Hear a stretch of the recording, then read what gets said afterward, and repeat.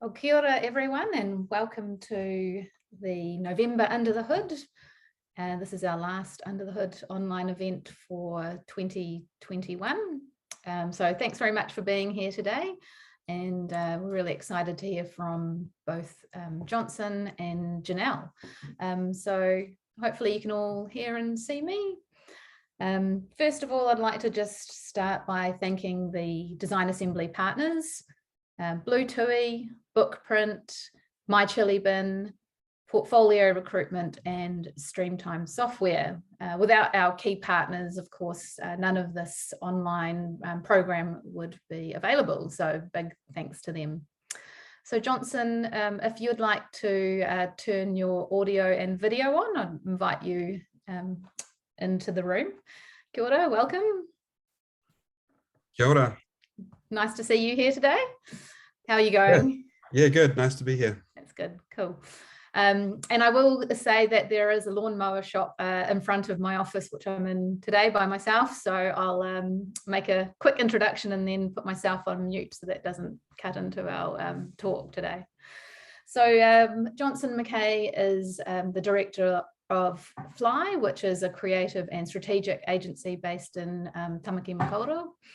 And Johnson and I have collaborated for a long time on a series of workshops which look to educate Aotearoa in Te Ao Māori and Māori design practices. So it's a pleasure to have Johnson here today to present a project. So I'll go ahead and turn off my audio and screen and let you share your screen, Johnson. And if you want to ask Johnson any questions, just pop those into the Q&A, and then after his presentation, we'll delve into some of those questions. So I'll hand over to you now, Johnson. Thank you. Well, kia ora rā e te whānau. Tuatahi rā me mihi ka tika ki te atua. Ko te tūmana ko kia tau te korowai manaaki ki runga i a tātou i tēnei wā. Nā te uauatanga o tēnei wahanga. Kia koe, Louise. Nau mātou i whakarauika mai nei kia tū hono ki tēnā puta noa i te motu. He mahi miharo rawa atu tau. Nō reira, he mihi tēnei kia koe. To everyone here, welcome to this discussion. I'm going to share my screen and talk to you a little bit about this project, Te Urungi. So when thinking about what project to share, this was a really fun one. And with every project, we try to experiment a little bit and do something we haven't done before. So one of the things, so what this project is about is Manatū Taonga had a $60 million fund, and what they wanted to do is, rather than just going to the creative community and saying, apply for some of the funding, they decided to follow a bit of a unique approach where they would bring together members of the creative community within specific areas, get them to work collaboratively together on what kinds of creative projects would transform the creative industry. And then those projects got funding. And so it brought people like kapahaka experts and painters, or hand-drawn painters with graphic designers, but people with all sorts of different walks of life working collaboratively. We were asked to create the branding for it, and they'd already developed the name. The name was Te Urungi. And so we were fortunate enough to work with a really cool team on this project. So Mātahi Brightwell is a waka expert, and he gifted the name Te Urungi. And in his narrative about what the Te Urungi is, it is an oar. It's massive. It's about 20 foot tall. And you plunge it into the ocean, and it harnesses the energy of the ocean, or the energy of Tangaroa. And so it enables you to capture those slipstreams of energy that are happening under the water. But also with the sails is harnessing the energy of Tāwhiri Mātea, which is the atua in the celestial realm, the winds and energy of the environment.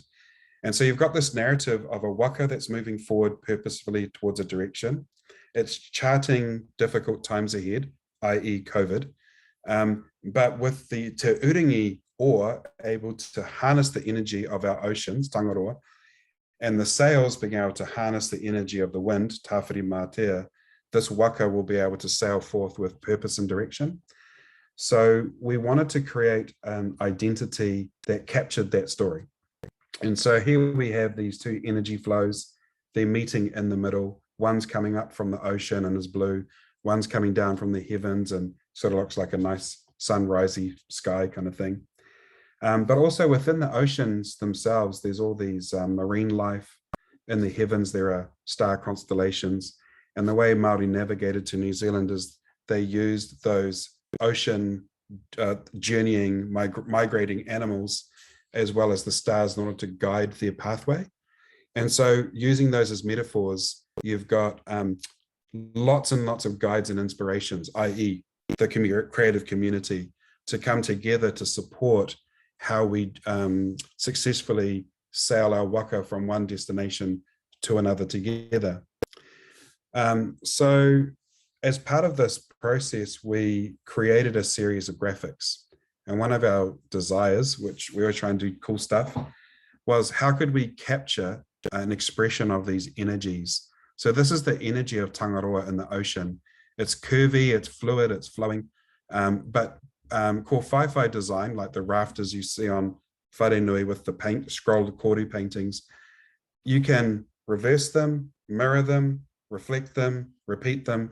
And we wanted to have a system that enabled us that level of flexibility.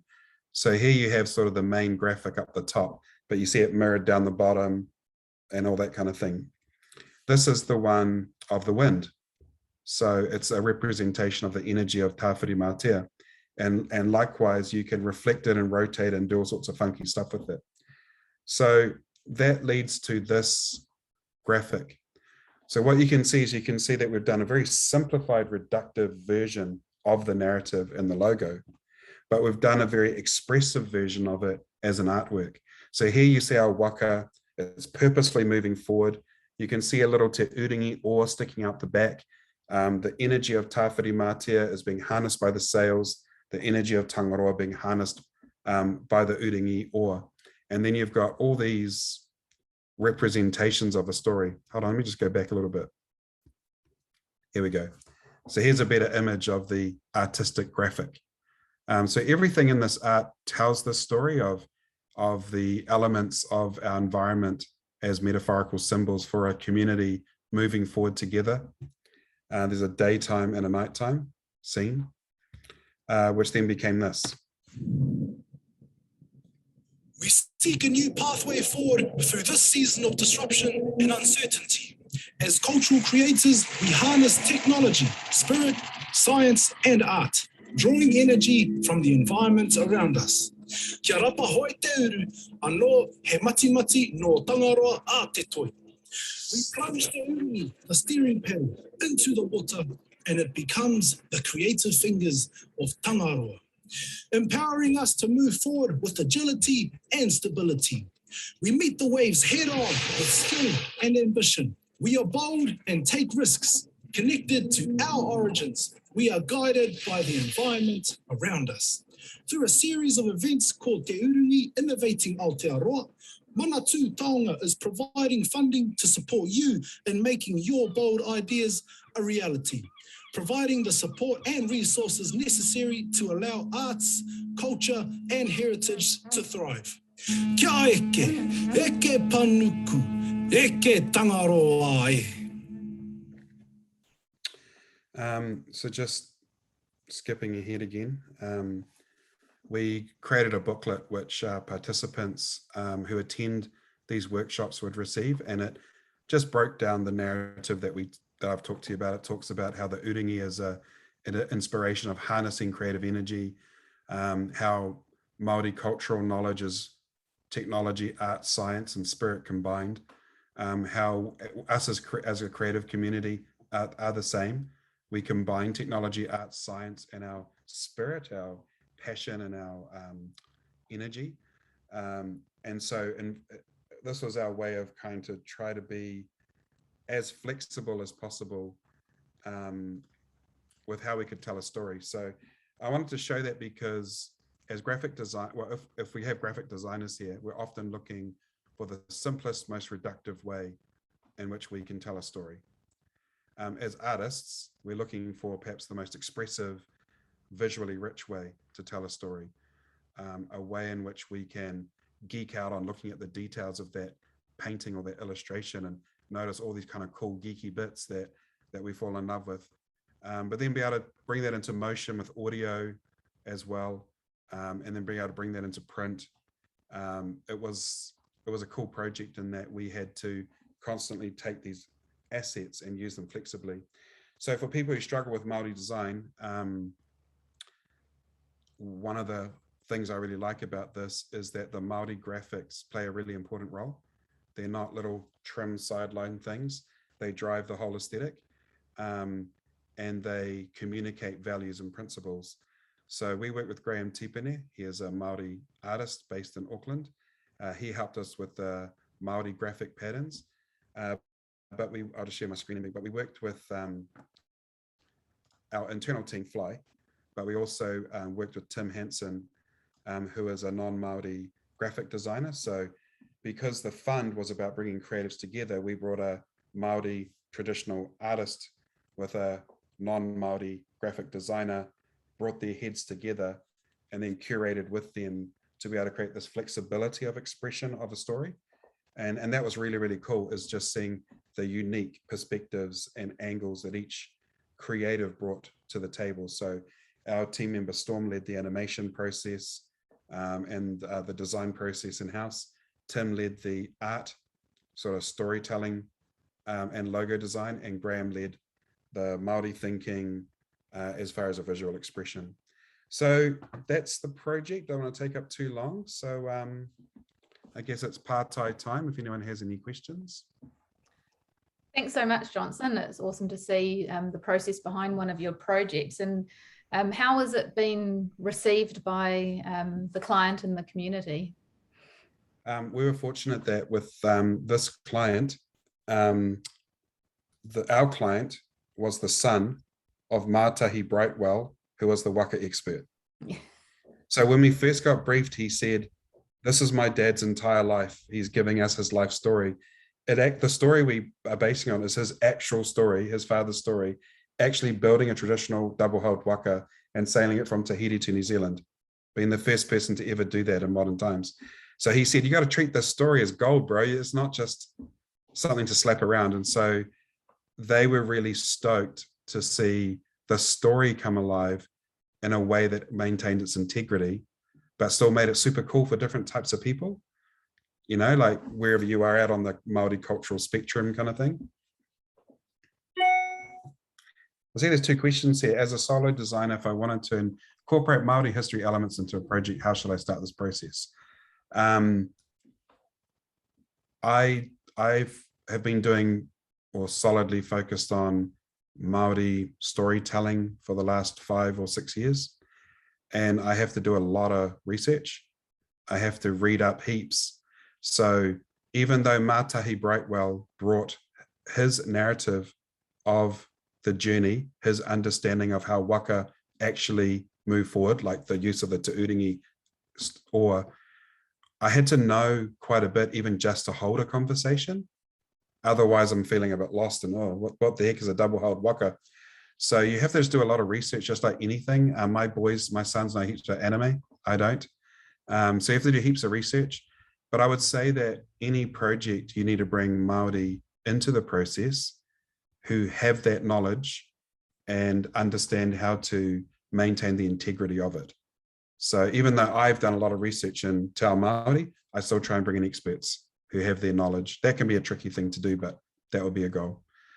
So a way you can start that process is there's some amazing courses at Te Wānanga o Aotearoa around New Zealand history, tikanga Māori, Māori art. There's heaps of wicked books that you can read that teach you about Māori art and the storytelling in Māori art. Rosie Sue, what are your thoughts about Māori artists only designing for Māori? How would non-Māoris approach and or attempt to work on with Māori art, Māori clients? You touched on it a bit, working with a non-Māori designer, but I'd love to understand your thoughts about this. Okay. I think you need cultural expertise to design cultural storytelling.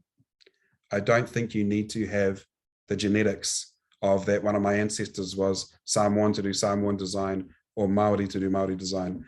And I'll give you one example. My wife is a te reo Maori teacher in a Maori unit. Her mentor on how to actually speak and learn Maori and teach Maori is Pākehā. That person has the cultural knowledge about how to do that. So I think it's about bringing the people who are the most committed to engage in the normalization and revitalization of a culture. I don't care if you're Chinese, Maori, Samoan, if you're 100% committed to revitalizing our culture, bring your talent to the table. Another example is the whare nui at Auckland University. The kōwhaiwhai, some of them were painted by non-Māori. And the head artist, John Hovell from Ngāti Porou, when challenged about that, he said, I just want people with the steadiest hand to produce the best work. So that's one thing I think about that. The second thing is Māori are a very small community. If Te Tiriti had been honoured, we'd all be speaking Māori. All our businesses would be called Māori businesses. Probably most of us have Māori names, and we'd all be designing Māori. So why not fulfill the promise of Te Tiriti and become a Māori nation, whether you're genetically Māori or not? But the third thing is I'm probably 95% Spanish, American, English, British, Scottish, and I'm Māori. So I don't think my ethnicity matters. It matters about my intentions. Although, just to add to that, I don't know many non-Māori who know what Māori know. So to be a Māori knowledge expert, being Māori is a huge leg up. How do you know what it's like to be Māori unless you're Māori? And have you committed yourself your whole life to living Māori? Not many non-Māori have.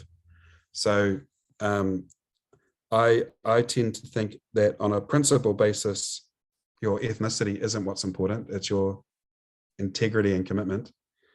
But I think if I'm looking for a knowledge expert, I'm probably going to find it within the Māori community. And if I can give opportunities to Māori, then I think that's really important, because in the creative community, we don't have many Māori voices. So bring Māori voices into the central workflow that's happening in the creative community, but we don't need to shut anyone out of it. That's my view. Kia ora matua, thanks for sharing your ātāhua design. I'm excited to see this at live funding event in a few weeks. He pātai, I often have non-Māori clients asking me to create Māori design. And as a non-Māori, I'm not comfortable with that. Any pointers on how to word that nicely back to clients? I don't know much about, I couldn't build you a website, just say I don't know how to do that. And try and build some relationships with people who do and refer them. Yeah.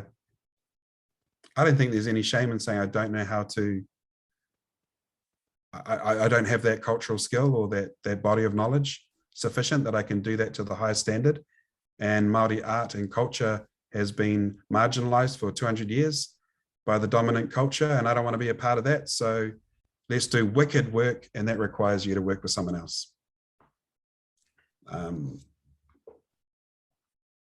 Awesome. I love how you just hopped in there and answered the questions, and I didn't have to pose them. That was really great. Does anyone, is there kind of one last question there from anyone before we move on to our next speaker?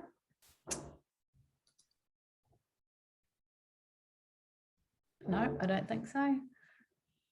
Fantastic. Well, thank you again so much for presenting a project today, Johnson, and it's always interesting and you know, stretches me to think about these things, to hear your perspective. So I really appreciate that too. So if you'd like to turn off your camera and audio, and I'll invite Janelle Rodrigues to come on to the stage, so to speak. Are you there, Janelle? I can see you sitting in the panel. There we are.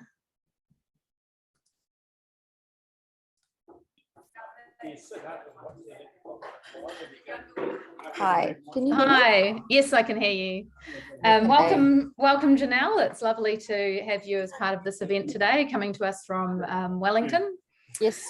So Janelle is the founding partner and creative lead at Creature Design in Wellington, and someone whose work I've admired and seen for a long time in the field. So it's lovely for you to come along today and share some of your process, I think, behind kind of your genre of design and share a few projects. So I'll pass the microphone over to you. Thank you, Janelle. Thank you, thank you. You're coming from a cafe in Wellington. I am just in between shoot and I had to come here, and I'm hoping that that background noise is not too distracting. So I'll use my big voice. I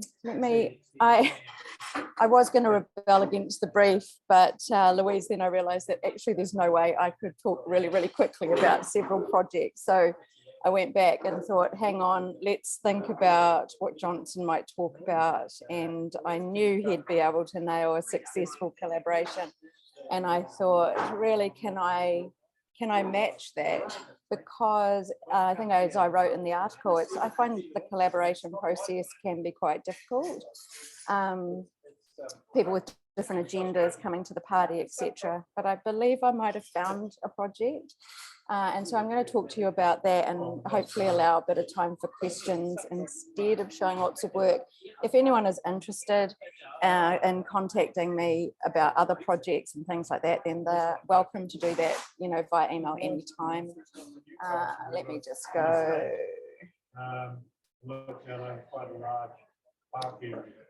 Is it going to do it?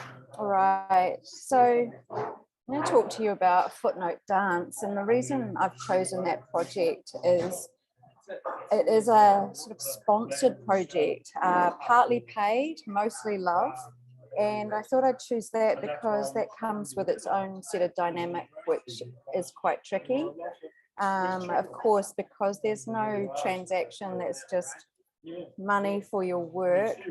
Your expectation as a designer or creative, your want and needs for that project are quite different, and the requirement and the commitment. So I was approached by Footnote Dance probably nearly 2 years ago, asking if Creature would like to be involved sponsoring promotion for a year at least. So that was like 2 tours and a summer choreographers series. So I agreed to that. We had a really good session where we caught up and talked about how their team runs, previous designers and what had worked well and what hadn't, how much creative control they wanted, how much I wanted. And I think that's probably one of the first important points is, in a way, you almost should set up a relationship contract. It doesn't need to be formal on paper, but what you're trying to do is make sure that you're meeting in a good place, like you've come to it from different angles, but that you've all agreed what you're going to set out to create. And I often end up, people might want to call such things as brand positions or whatever. I always call it a mantra, even a mantra for a project. Like, what is the thing that we're going to constantly be able to test this project? And so we knew that Footnote Dance has been going for nearly 25 years. I think they celebrate that this year in Wellington. They're a big tour operation, like they tour the country. A lot of small schools will have seen Footnote, and maybe some of you have seen Footnote come to your school. So their idea is to use contemporary dance as a voice for all sorts of concepts and topics of discussion. So we sat down, we agreed what our mantra was, and I'm really struggling to remember it, but it was something like on the edge. So that meant that their work is considered a very avant-garde contemporary dance company, and I wanted the work to feel also just on the edge. Often contemporary dance makes people feel a little bit uncomfortable, and so I wanted that as well, edgy. uncomfortable. I mean, I've loved contemporary dance for a very long time. I think probably since the early 90s, and watching Auckland, following later on Black Grace, etc., etc. So I'd actually wanted to work with a dance company for a long time, totally inspired by the work of Shabnam Shiva for Atamira Dance Company. I've followed that for a long time as well, and spoke to Shabnam a while ago saying, I want to do a dance company, I want to give that a go. Is it hard, etc. So yeah, so we agreed what the mantra was. I often find that I am quite creatively fulfilled by dance. So we discussed that I'll go to dance and feel quite energized by it creatively, quite inspired. It's kind of a respite from the sort of work I do, to watch some people moving and a story to be told just by movement, especially if you're used to working in a lot of like stills, and which I am, illustration, brand identity, etc., quite static. I mean, you can animate a logo, but it's not like a dancer. It's a 360 kind of experience. It's very hard to animate a vector logo to feel like dance. So yes, we discussed what that mantra was going to be. We set out on what we were going to have to achieve, which was a lot of work over a year. I was really behind them though, given COVID had set back their whole touring schedule. They hadn't performed for a long time. Dancers who don't move and don't tour and don't show their stuff on stage can get quite depressed, quite lonely. They're used to each other. This little dance company of 5, very used to each other, close contact. So COVID and lockdowns and things had really sort of changed the way they felt. So it was exciting to eventually see them tour the show. This show unique as well, given that different choreographers have created different pieces of work based on any current conversation they felt the world should be having. So of course, climate change is in there, but also how humans are with each other currently, what things we care about. So one of the trickiest things about this kind of work is that at the stage that I do the creative, there is no show. There is a beginning of some movement. There is some notes from a choreographer. There might be 1 or 2 images from the choreographer to give a feel for what that show is. So I usually read what their plan is, and then I just start what I call conjuring. So I feel I am a bit witchy poo. I feel I hop into what they're trying to project, and I started thinking of like, what is the movement going to be? That was the title of the 3 dance performances. Was it 4? Might have been 4 dance performances under the movement. And I guess I started thinking about the movement, like obviously dance, literal expression. I thought of activism. I thought of climate change deniers, pro-climate change, different movements with their agenda and with their remit, with their message, etc. So, I mean, in some ways a bit like you, Johnson, I always want to try and do something different. And I mean, Creature used to be quite a large studio where I could pull on all sorts of talent, and obviously for a love sponsor project it usually just is me, it's just down to me, that's what I can afford, because this is a hard little worker, and like, she's a good one, she'll go there. And so I started with like a logo for the movement. I thought something that could have appeared on large posters, banners, protest marches, etc., almost slightly culty, and which was a red circle.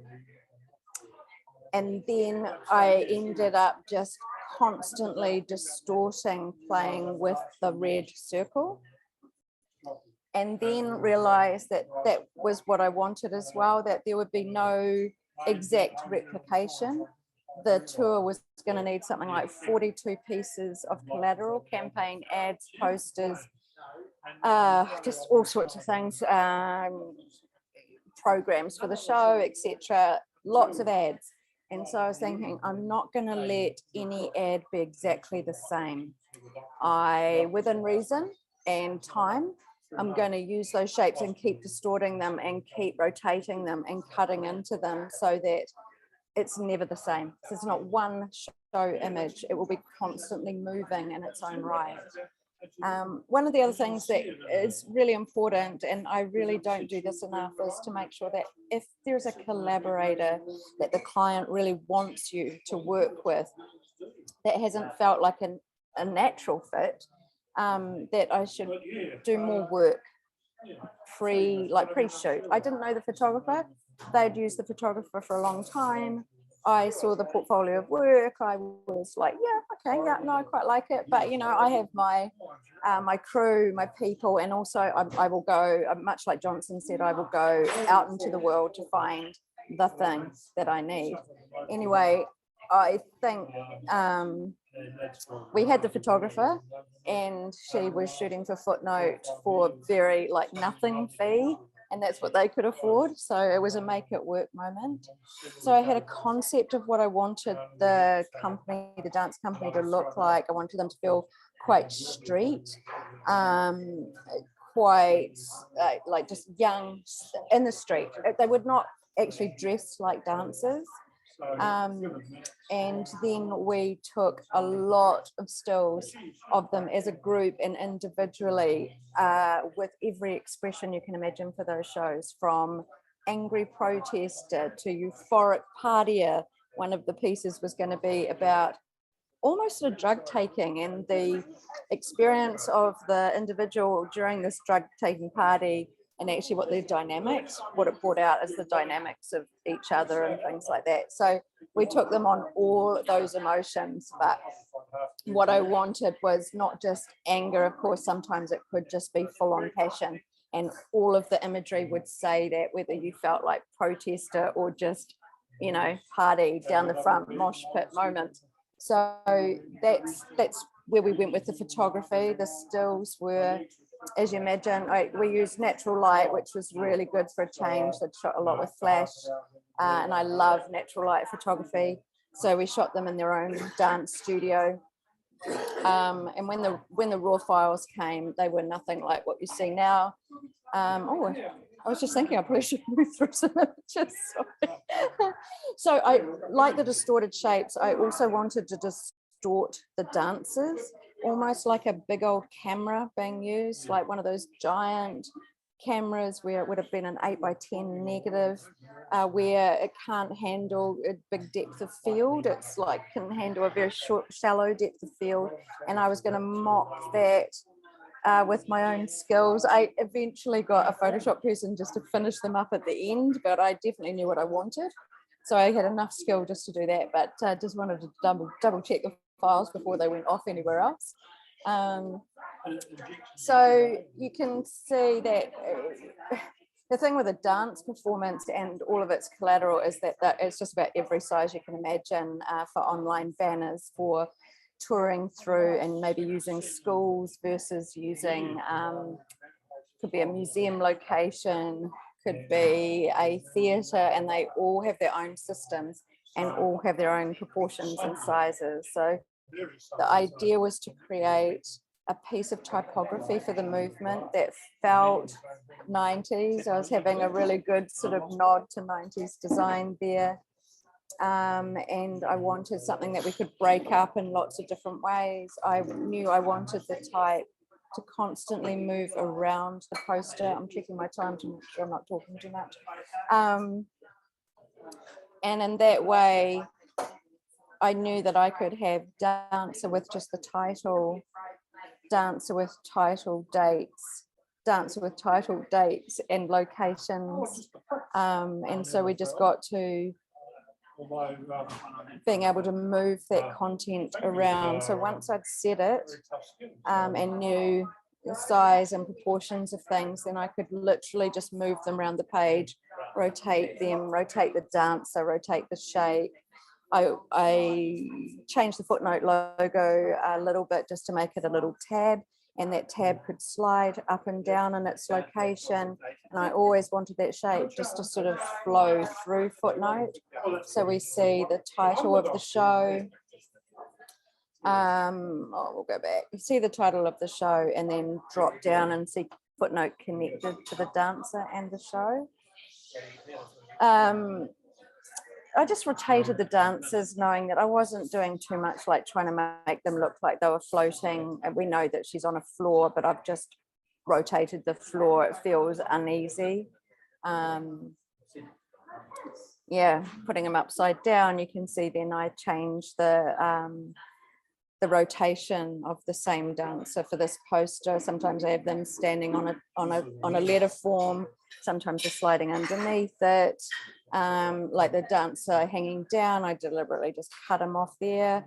There were all sorts of things that I wanted to do just to make sure that you never saw him in the same way. Janelle, I'm not sure if we can see you clicking through your images. It might just be sitting on one image. Should I? Maybe if you unshare your, well, you need to share your screen. Yeah, it's just sitting on one image at the moment. Oh. I think if you unshare and then. Oh, there we go. Yep. Yeah. Yep. Yep. Okay. That's better. Thank you. I don't know why that just stopped there. Still anyway, very interesting. So blah, blah, blah. Lots of talking. Now we can see it in action. So type moves around. Type can split up. Type can rotate. It can do anything, but it kind of stays in pretty much the same size on everything, just in a different place every time. Really important to be able to have a striking image with just the show title, a striking image that can be provided for publicity with no title. Dates, and they wanted all the locations. It was a little bugbear. This actually at this point, and this is probably quite normal for me, the design of the project goes incredibly well. Like visualizing things, everyone's on board, and then we just get to some little sticky point where we're just trying to get it closer to artwork, and it seems that then it just starts getting a little bit gritty, which for me, I'm not sure about anyone else out there, but that's just when I start getting a little prickly. I'm probably a bit tired. I've been working for free for a lot of hours by this point, and I'm really trying to go to that home straight, and that's when things start to actually feel a little bit. But anyway, this one did cross the line nicely. And also client feedback of injecting the turquoise color. They weren't happy with it just being quite black and red. They thought it felt quite angry. So injecting a bit of color and actually just gave another layer. I went back to my distorted imagery and started again and distorted that version with color. There's no way I can recreate these. Like, it just seems to be so mad. I knew that I always would have to start from scratch if I created something, you know, another shape. Can't come from the shape that I started with. I have to go right back to the beginning. And this is probably just one of the projects I do really like. I'm quite harsh on myself, on my work. I really like to just go, right, let's do the next one, let's do it better. But actually, I really love this job. And recently I posted on social that I sent it to Australia Awards because it didn't feature in the Best Awards. And I was pretty bummed about that. And also I had been selected into the Katoi Toi archive with this project and thought, I wonder why it misses on Best. So I sent it to Australia, and currently it's sitting in the finalists for Design for Good, which I'm very happy about because I actually think it is where art can connect with subjects that are difficult to discuss, subjects that don't always have to be science-based, and that dancers can connect with young people really well. And then the dancers on tour had conversations with young people about conversations like climate change, and they just connected with each other. And I think there's lots of different ways to connect with people, and this is definitely one of them. So yeah, I just love them. I love designers in action, and still images are incredibly hard to give a feeling of dancers moving. Of course, a video could do that. I could animate it, but could it still make you feel like you are right in the moment?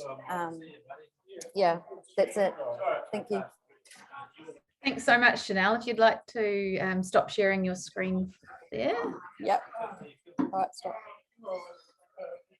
Awesome. It's just such a great project, and I think it's one of those design projects that looks so simple, but we all know then how hard that is, and you're almost working with a very restricted set of elements there. So you've just injected so much of the philosophy and the personality and the energy through that. So for me, it feels quite timeless, really. So it's quite lovely to see. I think often people say my work might feel a bit retro, because I am often sort of like, I guess I'm looking at all sorts of past events, design events or whatever. And I do just love this one. There's very few that I love. This will be one of them in my career. So we've got a few questions in here. Okay. So the first one is, I think you kind of already answered it, but we'll ask it anyway. How did you balance working for Footnote for the love of it for a year with your other paid creature work, and was it hard to fit the work in for them? Yeah, I think sponsoring arts projects has been how we first began, and even though we became a big studio, and then we're actually currently back to a very small studio due to that's a whole another talk. But I'm actually much happier than I've been in a very long time. So juggling things is all down to me. I am a workaholic, can be, and I can overdo it, and I have to watch that. I say yes really quickly, when we're talking about sitting down and working out whether you're on the same page and you've got the same philosophy and that you're on the right track together. I can be a bit quick with that. Like I can be like, oh cool, I wanted a dance project, let's do it. And then, get through and go, this is sometimes feeling too hard for a love project. Maybe in theory now, I feel like I should have more power in the project. And I guess recently that's pretty much where I for the first time put my foot down the other day and went, I'm sorry, but no, I'm a sponsor on this project and it's all my free time. And I'm just going to put my foot down on being art directed by anyone. I'm the art director. Client, happy conversations, high level conversations, but don't send me a visual of something. I don't want your visuals. Yeah. I will get there. Tell me what you want to feel. I'm there. So juggling time is just a difficult one. And there's just, I don't know, I'm an old dog and I'm used to working that way. It doesn't suit everybody for sure. So I just did it. I'm not sure that it's a great idea. I only did work for them for a year and then I actually did say goodbye, but mostly because I felt that the fit wasn't quite right and the time dedication was such a lot for quite a small fee. And as much as I love them, I knew that I would also always be able to go to a Footnote show, whether I sponsored them or not. So I will go to shows, take friends to shows, but for now, that's the end of that relationship. But not that it ended terribly, it was more me saying, sorry, I can't do it anymore, I'm too tired. I think that's really, you've got two kind of things there where you've kind of managed it in terms of to say like going, okay, well I can commit to this for 1 year, and then also, as you say, kind of taking that art direction and making sure that client understands that. So I think those are definitely two ways to kind of then manage a project that you want to do for love. So and like I say, get that list of things when you sponsor a project, get the list. When that list arrived, I think I just went, what, twice in a year? Like there'll be 45 pieces of work, like okay, but then I make it big. I wanted 4 different images, 4 different things. No ad's going to be the same. These are all things I did. The client did not make me do that. But so I'm my own worst enemy, to be honest. Well, I think that I'd love to see a book of your design work throughout the years, and this would definitely be a project that you could feature in it. So there you go. It'd be good. It could have some fugly ones, I call it, fuglies, where you just go, oh God. And if someone brings that project up, I go, yeah. Moving on. All right, we've got a few more questions here. So Hannah, she wants to know, can I ask how long you've been in the business? You clearly have a lot of talent and expertise. Follow-up question, can I have a job? Oh, yes. How long have I been? So see, this nearly blonde hair is actually quite silvery, very wrinkly face, so a very old dog, but still know a few tricks, Still know a few tricks. So I have been in the industry now. I'm always counting it. You know, someone goes, "Oh, how long have you been doing this?" And I think, God, it's 30 years more. 30 years. Yes. Yeah, no, that's fantastic, and I think you know that it's really great to see longevity in the career and the space of design within Aotearoa. So I'm really inspired. You know, when you go to conferences and I see women who are older than me still practicing, and I guess that's been great for me. I was creative director at Creature, lots of people. I was just like, oh God. So now it's really nice to be back on tools, back with my clients, much closer. That's not always good. I'm not, you know, in some ways I need a breaker between me because I can be prickly and straight up when I've had enough. But I've actually just decided that is just who I am. I'm trying to be better and more patient and things like that. But I am who I am, and I can get to the stage with scale of work now that I don't need so many projects. I don't need to feed a machine anymore. I can just feed our family. That's about it. And so that gives me a lot of freedom, which I'm pretty happy about. So yeah, happy designer right now. Yeah. And I have a job, Les? Can I have a job? I wish. I am actually happy to help anyone who would like to send me their portfolio, would like me to have a chat, review their work. If they want an opinion, that's totally fine. I can definitely help people maybe find a studio, but I'm not going to employ anyone anymore. I'm not a good manager. I'm not, no. But I can definitely could be a mentor if someone wanted one. I can help people, you know, I know people in studios, I can put good words in, you know, so that's what I can do. Yeah. Awesome. And then finally, we've got one more question from Rosie. So what was the most challenging aspect of the project? You touched on creating a movement and a still image. Yes. Was that the biggest challenge? I think you did an amazing job. Yeah, I really knew what I wanted. I think the challenge was, you know, sometimes I just have to get over myself a bit. I start out and I go, I want this photographer to work on it. And that was not going to happen. It was very much like, this is who you'll work with. And of course, I was just a bit like, that's a terrible face for that photographer who did an amazing job. But it was just like, oh, I really like to put my team together for creative. And so I just need to get over myself. I've said that to clients before. Shall I just get over myself and move on? And so I did. And what I needed, to be fair, those still shots arrived. They were well lit, but they weren't anything like what I wanted. And so actually then I just had to make them what I wanted. So again, I guess that was the tricky part of the project, because now I was going to use more free time to create the images that I might have been able to get in camera with somebody else. So tricky, but just it had to be, get over yourself, move on, do the job. That's what they want. And now we did get somewhere, and maybe that needed to happen that way, that I distorted them. I did what I wanted, what I actually had the skill to do, which is very limited, let me tell you. Photoshop girl, not actually up with you guys. You'd be like rocking it. I was quite slow. And but once I found it, I was like, that's what I want. It is the big vintage camera. And I love photography. I've always loved photography. So yeah. Sorry, I'm running over time. No, it's good. It's all very interesting. So we love to hear it. So do we have a final question out there from anyone? No, it doesn't look like it.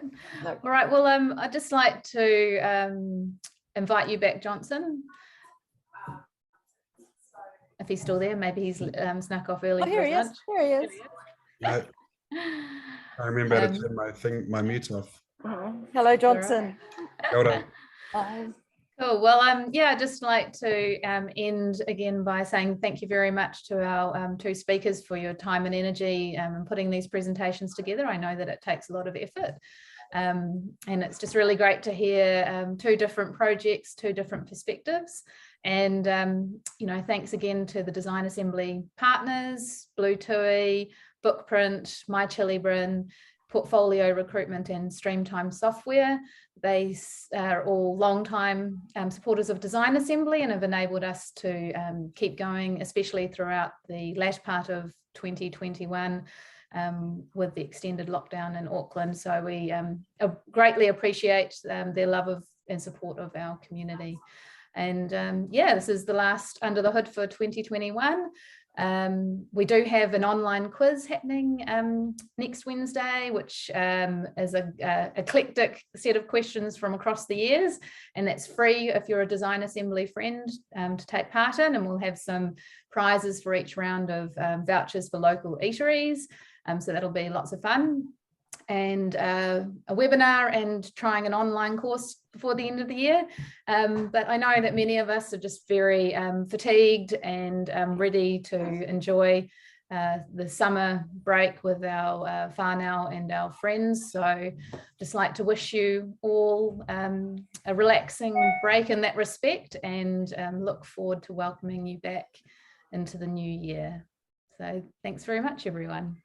Cheers. Thank you. Thanks, Thank you. Louise. Thank you. See ya. See ya.